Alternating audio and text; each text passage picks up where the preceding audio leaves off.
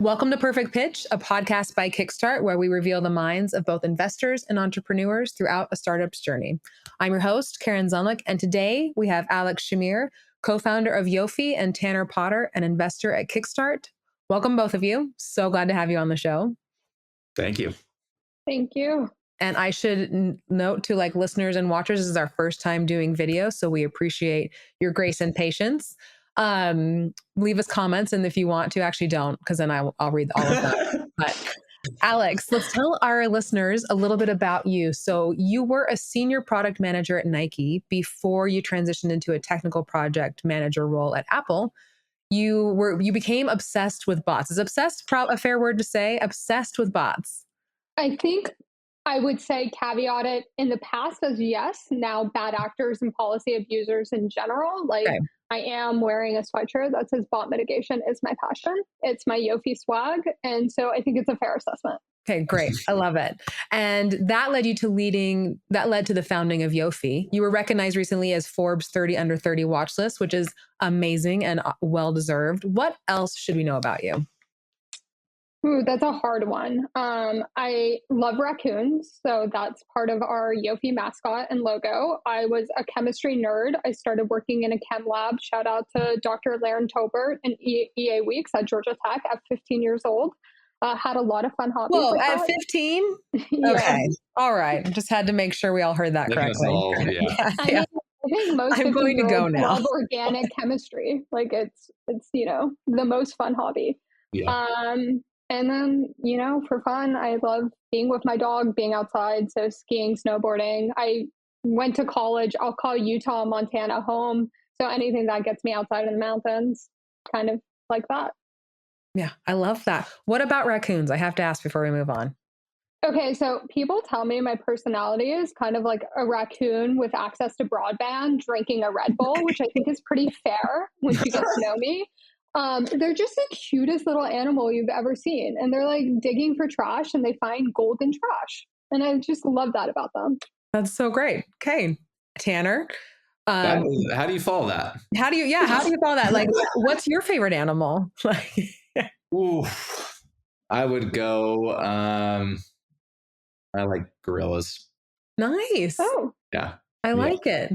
I've seen gorillas in person in the wild. That was one of the cool things I've done in my life. And so now, ever since I saw them, actually I liked it before that, but went and saw them in Rwanda.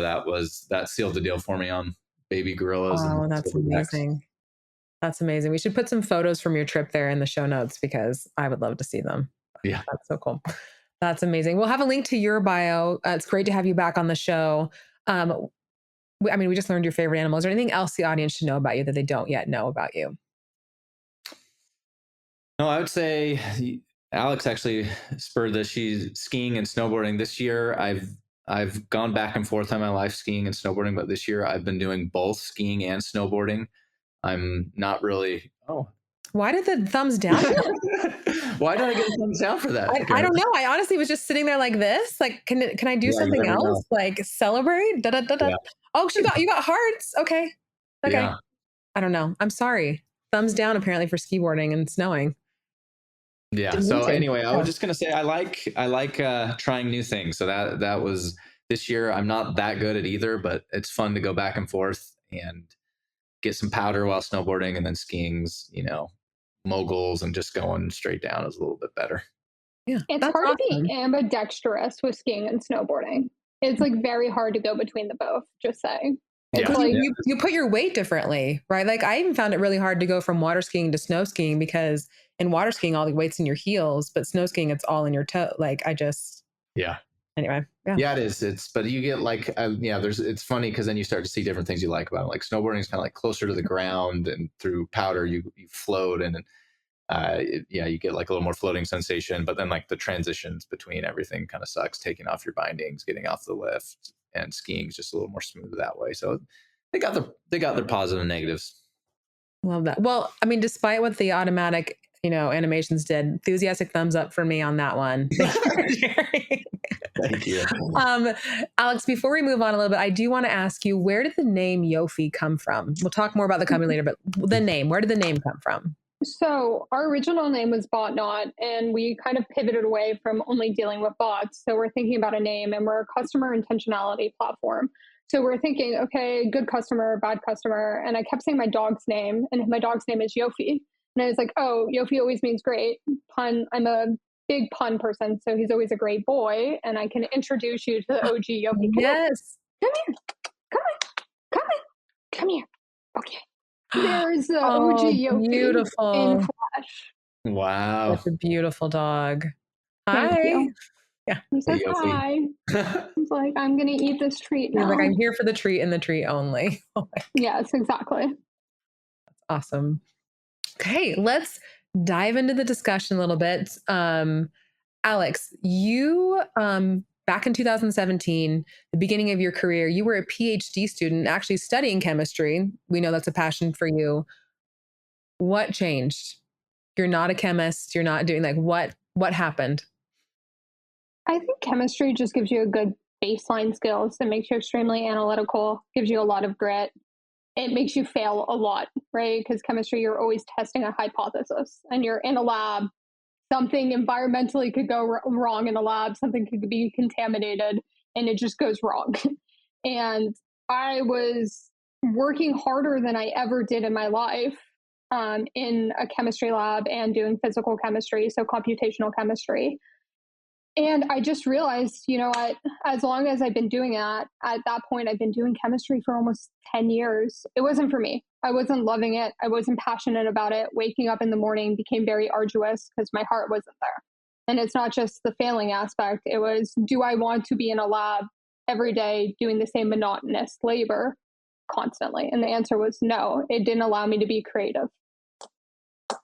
I love that. I recently read a book called The Dip. It's really short. I think it takes like an hour to read, but I love the concept of is this just a dip or is this actually not the life I want to choose? And so there's a lot of power, and the most successful people learn the right things to quit. You have to quit the right things. But Tanner, I love your thoughts on that. I feel like, I don't know how to word this exactly, but was that a red flag for you? Was changing course and doing something different after having done something for 10 years? How do investors think about pivots in life courses? No, in fact, they're usually positives. Maybe it's because there's so many stories of Steve Jobs and Zuckerberg and Bill Gates, all these people, they dropped out. So within every founder, there's a bit of a rebel. There's a bit of following an unorthodox path. And so when we saw that with Alex, it checks the box. You know that she's smart, like you said. You know that she's gritty. If she's in there, she can be detailed, but also she is not going to follow the traditional path. And so when we think about investing in founders, that's by definition what they are: people who are going to go after something without resources to try to solve a problem. So no, I think for us it was okay, this is really interesting, and she's following her path. Yeah. And Alex, what advice would you give to a listening entrepreneur who started something, whether it's a company or a degree, and now they're having sort of second thoughts? How do you decide if quitting is the right choice? It's going to be the most cliche advice, but the advice I hold love to it. myself. We love it. Yeah.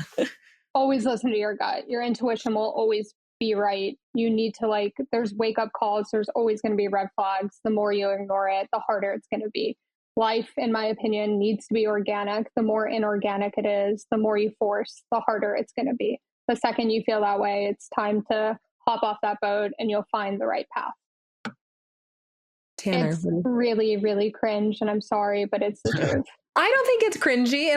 I don't think it's cringy. It's cliche. Some cliches are cliches for a reason, I think. But no, I think that, I think that checks out for me. Especially when I think you've developed intuition in your gut. Over time, you'd been doing it for 10 years. You don't need any more data. If you think of your intuition as some mix of your natural proclivities and the data that you've acquired and through life experience, 10 years in, you're going to know, okay, this is not right for me. And so you can really trust your intuition. If you obviously have to give things a fair shake before, you can make those decisions at times. And that's what, the testing hypothesis period often we see our founders go through, and whether that's on a business front, whether that's whether they want to be a founder or not, there's I think there's different things you can do to like help you start to build some intuition. But yeah, then I agree with Alex. It's like, what, it's the cliche, what feels right here, and go with that rather than, and oftentimes that leads you to do things that like isn't what everybody else would tell you to do. And that's when you usually find like the unique idea, you find alpha, you find cool opportunities, is when you don't just do what everyone else is doing. Did you find that to be the case, Alex? Yeah, I remember starting at Nike and getting into the bot space. And then I moved to Apple. And by the way, Apple was my dream company. I was like, perfect. I'm going to stay at Apple. I'm so excited to be here. Love the product. But it was an itching feeling of like, this is what I should be doing. And then going into Apple being like, hey, I don't feel like this is the right place for me. I don't feel like I'm doing the right thing. I don't feel like I'm on the right path. And it was that pivot that opened my new chapter in my life. But if I ignored that, I don't think I would have been as successful and as happy as I am now. Tanner, you mentioned there are things people can do to sort of learn to hone their intuition. Do you have any examples? Yeah, it's kind of like a chicken and egg thing where you need experience to get experience, and how do you get the first experience? I just think there's way, I remember when I was deciding whether I wanted to, in undergrad, my mom was like, oh, you're smart and you got good grades, so why don't you be a doctor? We have a lawyer in the family, we have an academic, like why don't you go do this route? And I remember I went and shadowed my uncle who was a podiatrist, and then I shadowed a family friend who was a family doctor, and then I started taking some of the classes, and I gave myself some experience to try and figure that out. And I was like, oh yeah, that's like not the right fit for me. So I think on the startup front, you see that where sometimes people, like if they're for example, they're thinking about a startup, they start advising, they start working on the side, they do it. And then they're like, oh yeah, this actually fits my, this resonates with the way that I operate. And so like, I think it's just starting with running little test experiments. And then ultimately, you don't really know until like you take the full jump on something until you burn the ships. And so it comes down to that. But then I think your intuition can guide you a little bit there. So Alex, your intuition has guided you to leave chemistry. You're at Apple, your dream company. What led you to start Yofi? How did the idea come about? Walk us through the story. Okay, one, I don't know if people have context of how Tanner and I met. Give us the context. No, give us the context. Tanner and I were both graduate interns at Nike together one summer. And I have a personality where I'll talk to practically anyone. And we're sitting at a table. And at that table, they asked us a question of, where do you see your life in the future? Where's your next 10 years going to be at Nike? And I remember raising my hand and I said, I'm going to be on a ranch with my dogs after selling a tech company. Tanner looked at me, I looked at Tanner, and I was like, we're going to be friends, and who can do more push-ups right now, me or you? Literally what happened. Amazing. I don't know if Tanner remembers this, but I remember this. So how Yofi more or less started is I was on a growth team at Nike, and they gave me a project to work on. And the project was figure out the bot mitigation strategy for Nike China. Great. So I started looking at data, and I created a deck that was called 2 a.m. Thoughts. And I was looking at data that people were like, oh, great, our growth numbers are going up, but why is our AOV falling? Why is our new coupon rate falling down or going up? And I started asking these questions on like, what are our legitimate users? Why are these accounts fluctuating month over month? And just diving into that data made me fall in love with this field. Going over to Apple, I can't talk about what I did, saw a similar pattern. And I'm like, all these retail companies and the largest retail companies in the world, including the ones that my co-founders worked at, are seeing the same issues. Why aren't people questioning their legitimacy of their data and their customer intentionality? That's our core data that we're making for everyday decisions, whether that's machine learning, procurement, or more.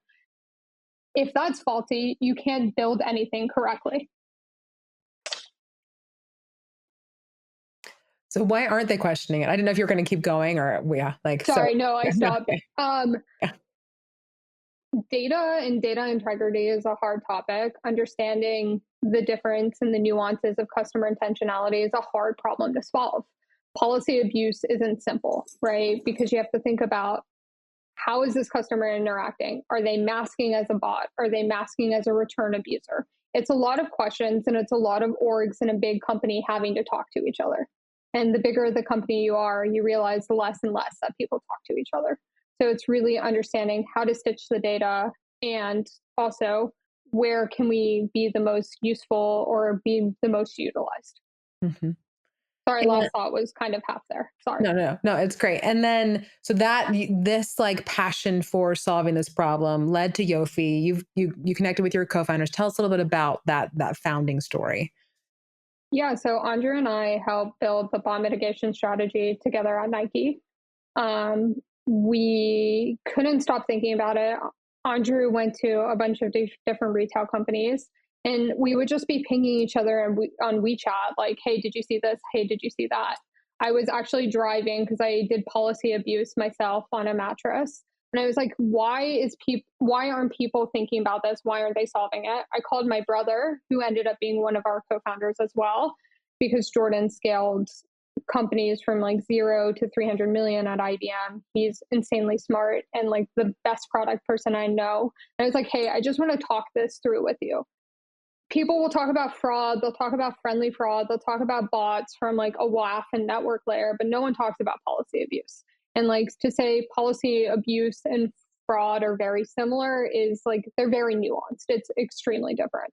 Like, I'm going to go back and go on a little tangent. I was listening to a podcast of George Kurtz, who's the CEO of CrowdStrike. It's a $65 billion company. And it's like he's talking and having to correct people what the difference is between malware and breaches. It's the same thing with us, where it's like going back and tying this together. It's no one's ever thinking about this.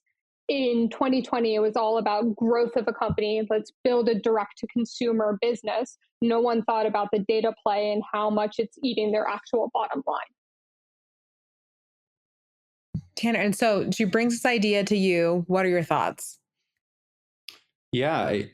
So when I was at Nike, the sneakerhead culture, this obsession with getting Air Jordan 1s or specific brands was just on the cusp of just becoming mainstream. And then with 2020 COVID, we saw this like just insane mainstreaming of sneakers and all these secondary marketplaces where you could buy them, and this demand happening. And so it started to become obvious that like there were in kind of like call it hype sneakers or sneakerheads, like this was happening where bots were coming in and buying up a bunch and then reselling them, and people were paying exorbitant amounts. And I can actually remember when Alex talked to me first about it, the example she gave is that it wasn't just like arbitrage that was happening there. People were finding a 20% coupon and buying Air Monarch 87s, which if you don't know are really cool shoes. They're kind of like the biggest dad shoe in the world. Yeah, they're like they're dad shoes for like 60-year-olds and plus that you only see in Florida, But people were buying up a bunch of these, getting them for 20% off, reselling them, and then for the ones they didn't resell within a 30-day period, they were sending back to Nike, and so you were seeing huge bullwhip effects on the supply chain. It costs $14 plus to just return and backstock those shoes. And so for me, when Alex and Jordan and the team first came and talked to us about it, it was like there's no doubt there's an issue going on. And just as if you think about physical retail, there's so many there's actually physical guards they have to put in place. They have currency checks on dollars, like there's leakage where people are stealing things. Like there's all sorts of things that are happening in the physical sphere that we don't think about, but like that there's institutions and guardrails and things that have been put in place. Whereas online, like it's still a little bit of the Wild West. And so when you think about e-commerce brands, how do they deal with a bot or a bad actor that's buying up 10% of the stock of something that's scarce and then like reselling it? Is that what you want? Is that what the customer experience is? So there's all sorts of ramifications. And I think that was just the beginning of understanding, like that was the tip of the iceberg now like the hottest topic is returns abuse. Like we've been doing that for 2 years at this point. Like it's been a thing for the last 11 years on e-com. So it's people who are wardrobing, I'm wearing this hoodie, I'm going to return it, I'm going to send back the package or a product that is equal weight in a package, even though it's not a real product, or I'm going to send back a counterfeit. It's hitting every e-com business. So it's like, how do we detect it? How do we find these bad actors? Because it's technically not fraud, it's policy abuse, which is a completely different area. And it's something that they have to come and think about, where, like Tanner said, great, there was bots, type product, but now it's hitting almost every line of business within a company's org.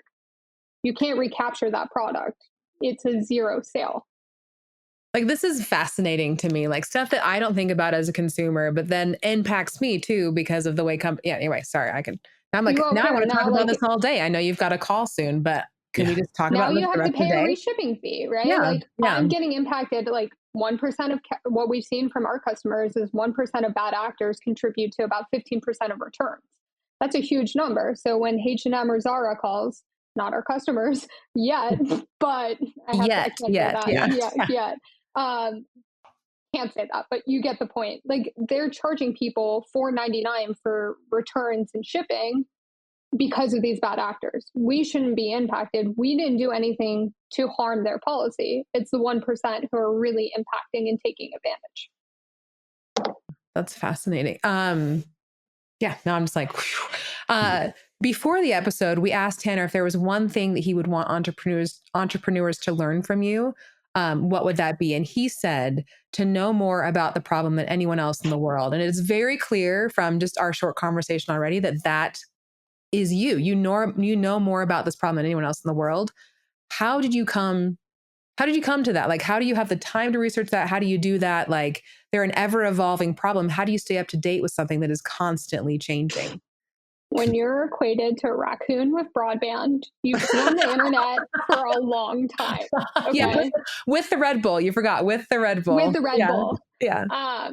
I'm on the internet. I'm constantly doing threat intelligence. My background was a botter. I was a reseller at some point. Like, I won't age myself, but I was doing this for Justin Bieber tickets, right? Like, how do we write a Selenium script? How do we do this before it was a nice GUI package and I paid $200 subscription for a bot, which is wild to me when it's like a few lines of code. I came from this world. It was a passion project of me. So then transitioning to the threat intelligence side was, I'm chronically on the internet. I love solving this problem. I wake up and the only thing I want to do is like do big data and do data engineering for this. It makes me so happy, and finding the clues and puzzles. I'm a big puzzle and Lego person. It's essentially what I do every single day. And so once you're staring at data and you've been doing it for as long as I have, it becomes a mystery game of how do I get smarter? How do I outsmart the policy abusers? Do you ever get to a dip, or does it ever become mundane, or you're just like, this is my problem and I'm passionate about it? Okay, I'm not going to lie. Staring at like a CSV file or a BigQuery table at times is not the most like fun and sexy. What? I was shocked here. Jogging. And when I do, that's when you take breaks. You go outside, you clear your mind. I mean, I'm luckily at a position where it's not my only thing that I do on a day-to-day. Like, I get to talk with clients and get to involve clients in threat intelligence and make them knowledgeable to the problems. But it's also it's not a mundane area because bad actors are quick. So you patch a loophole, it's a constant cat and mouse game. You're never going to catch 99%. Like, you're never going to catch 100%. Anyone who tells you that, it's a lie. But it's how do we catch 80, 75%, 60%, and how do we stay up to date with our techniques makes it not mundane. I love that. Tanner, 2 questions for you. The first one, actually, let's go with the first one. So how do you stay energized at your job? I'd love to know your approach to that as well.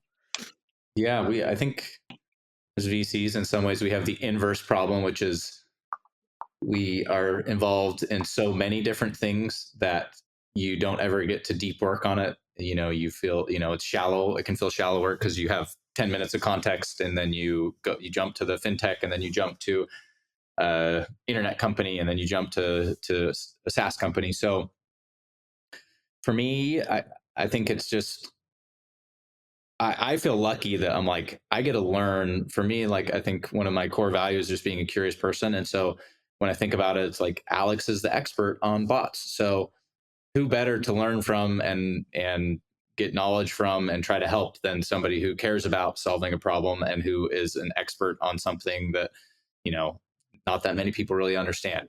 So for me, it's like remembering that entrepreneurs, you know, they're like they're the main stars of the show, and you're like, how can I be a supporting actor in a bunch of different shows that I can support them in whatever it is they're doing. I think that helps. And then yeah, it's like life balance stuff. There's certainly ebbs and flows when you've, you know, I was joking with some people here internally on my wife that like during February, March in Utah, like it can get kind of tough when it's been cloudy for a week straight and you know, you've been on Zoom calls all day. So I think there's, you know, there's just like good life balance stuff, getting outside, snowboarding or skiing, you know, stuff like that.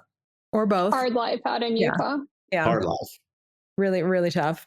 And Tanner, why is it so important for entrepreneurs to know more about the problem than anyone else in the world? Why was this the takeaway you want listeners to walk away with?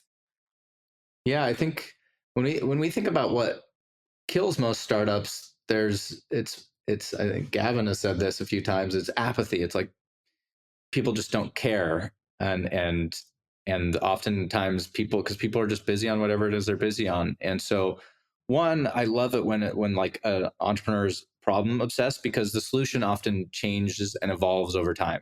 Like what Alex thought she was solving 2 or 3 years ago is very different than what she's solving today. But if, you know, as a product person, what we always talk about is like, you're solving for the job to be done. Like people don't want a screwdriver, they want a screw in the wall. And so if you remember that, then like you always have a North Star. You keep yourself in business by solving a real problem. And that's where product and ultimately companies are fun. Like when you actually solve a problem for somebody.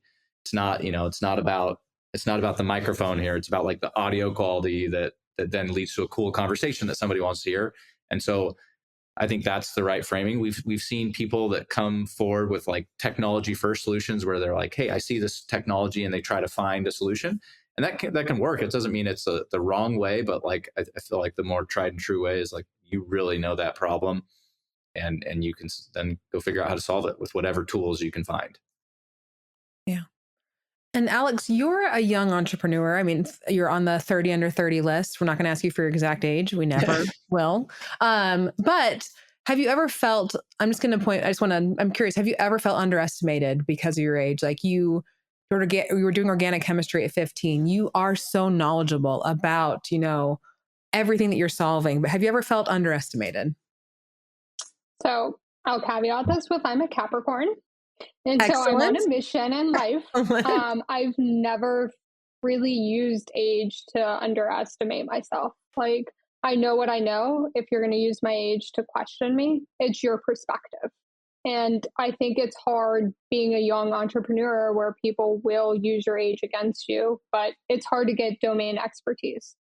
The fact that I do have domain expertise at a younger age is to my benefit. It allows me to grow where this policy abuse grows. It allows me to be cool enough to hang out in Discord and Telegram and still understand how to use those products. So, I mean, my advice there is if you feel like you're too young to start a company, like I'm not Mark Zuckerberg's age by any means, but I'm not going to let it use against me. Yeah, Tanner, any thoughts on that? Or do you have any hesitations investing in young entrepreneurs who are doing it for the first time?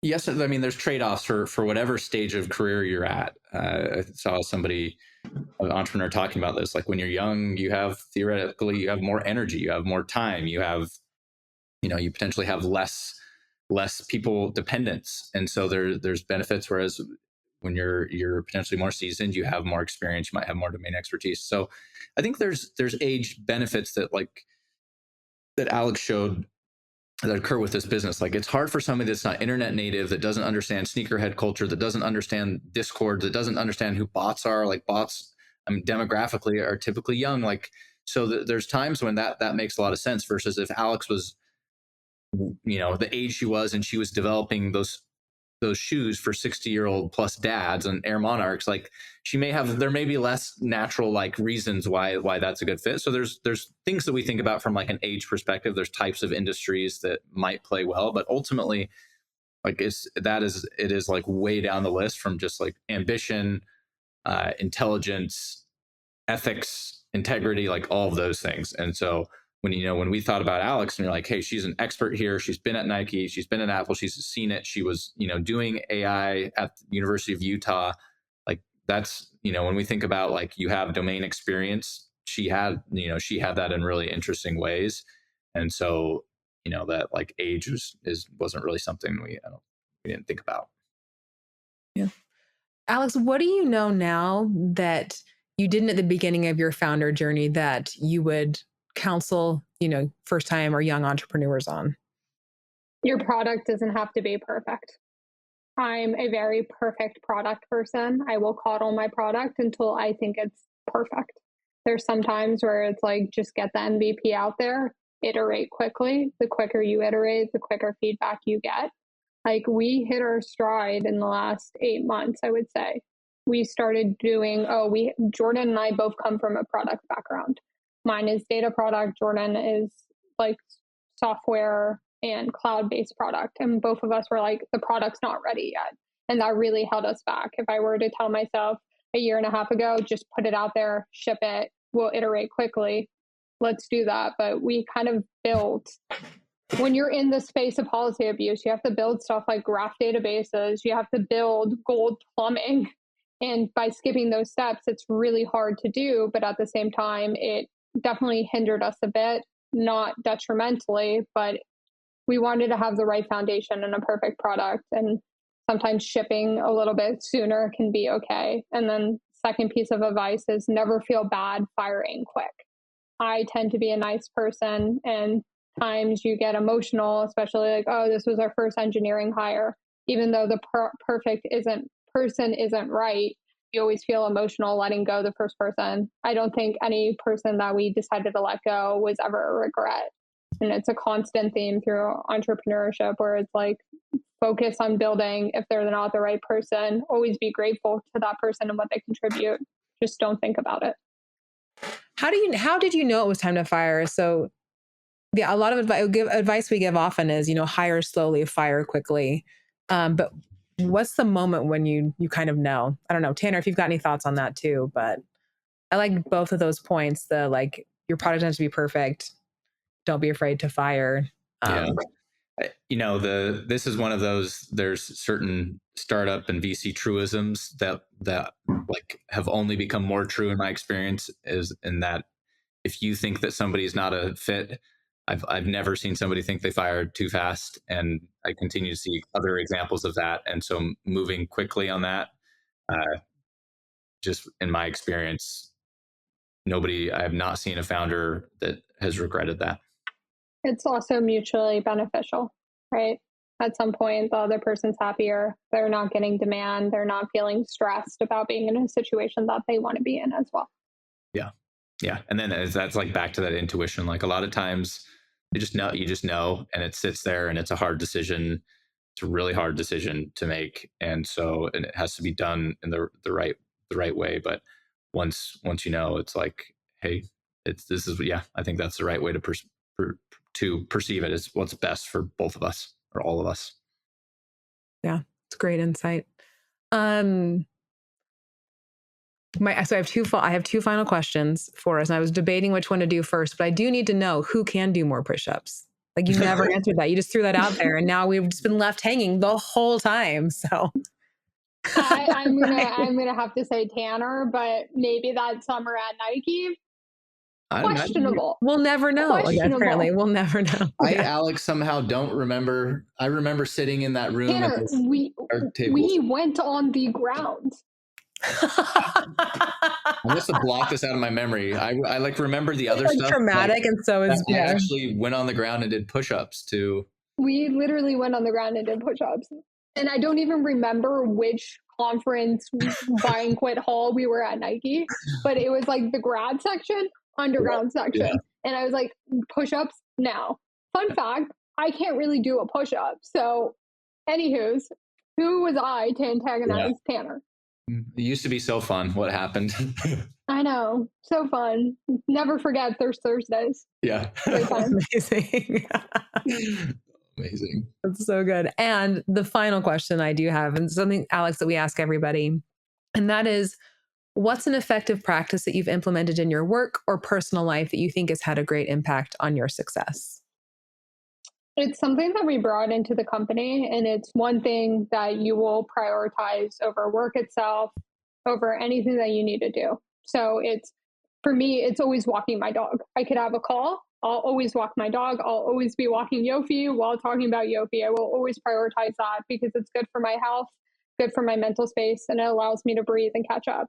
For example, Jordan's thing is always watching a Manchester United game. So granted, good thing we're in the US because they happen to be early in the morning. So he can wake up at 4 a.m. and watch Man U, and that's his prioritization. So always prioritize one thing above work, whatever you need. Some of our other teammates, it's cooking, it's baking, but for me, it's walking Yofi. Love that. Tanner, and if I was still in Utah, I would be hiking up in I Street. I miss I Street and the bike jumps there so much. I Street, like in the avenues, that's where I live. 18th Ave and I Street. I'm right off of I. Yeah. So good. Yeah, I love it. I love it up here. Yep. I get that. You're always welcome back, Alex. Yep. Anytime.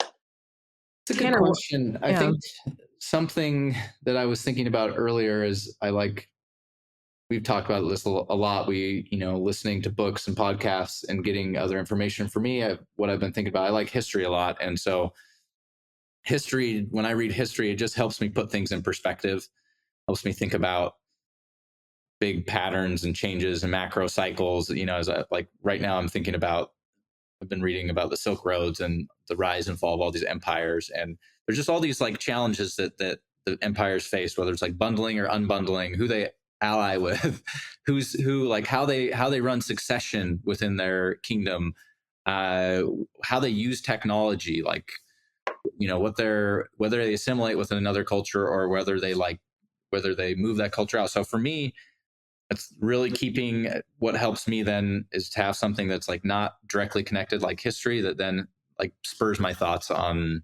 what I do at my job. So that that allows me to geek out a little bit. And Alex, hey, Tanner, I'm a how many times a week do you think about the Roman Empire? No. How many times? A few. But I'm going a lot of empires right now. I'm adding. Do you have a favorite empire, empiric period? Right now, it's the Ottomans. Fair. Yeah. What they did in Turkey, I love the style. They have these really cool. They kind of introduced nightlife. They did a lot of cool things. And some bad things, like all empires. I was gonna say they also did some, Yeah. The story of all empires. All empires, yeah. Some good things and a lot of bad things. Yeah. Story of life. Well, thank you both so much for being on the show today. It's been an amazing discussion. Alex, really grateful for your insights. So excited about all you're working on and all the work you're doing to help all of us who don't even know all that's going on in the background. So thank you for saving the world for us. Thank you so much for being on the show today. Thank you so much for having me.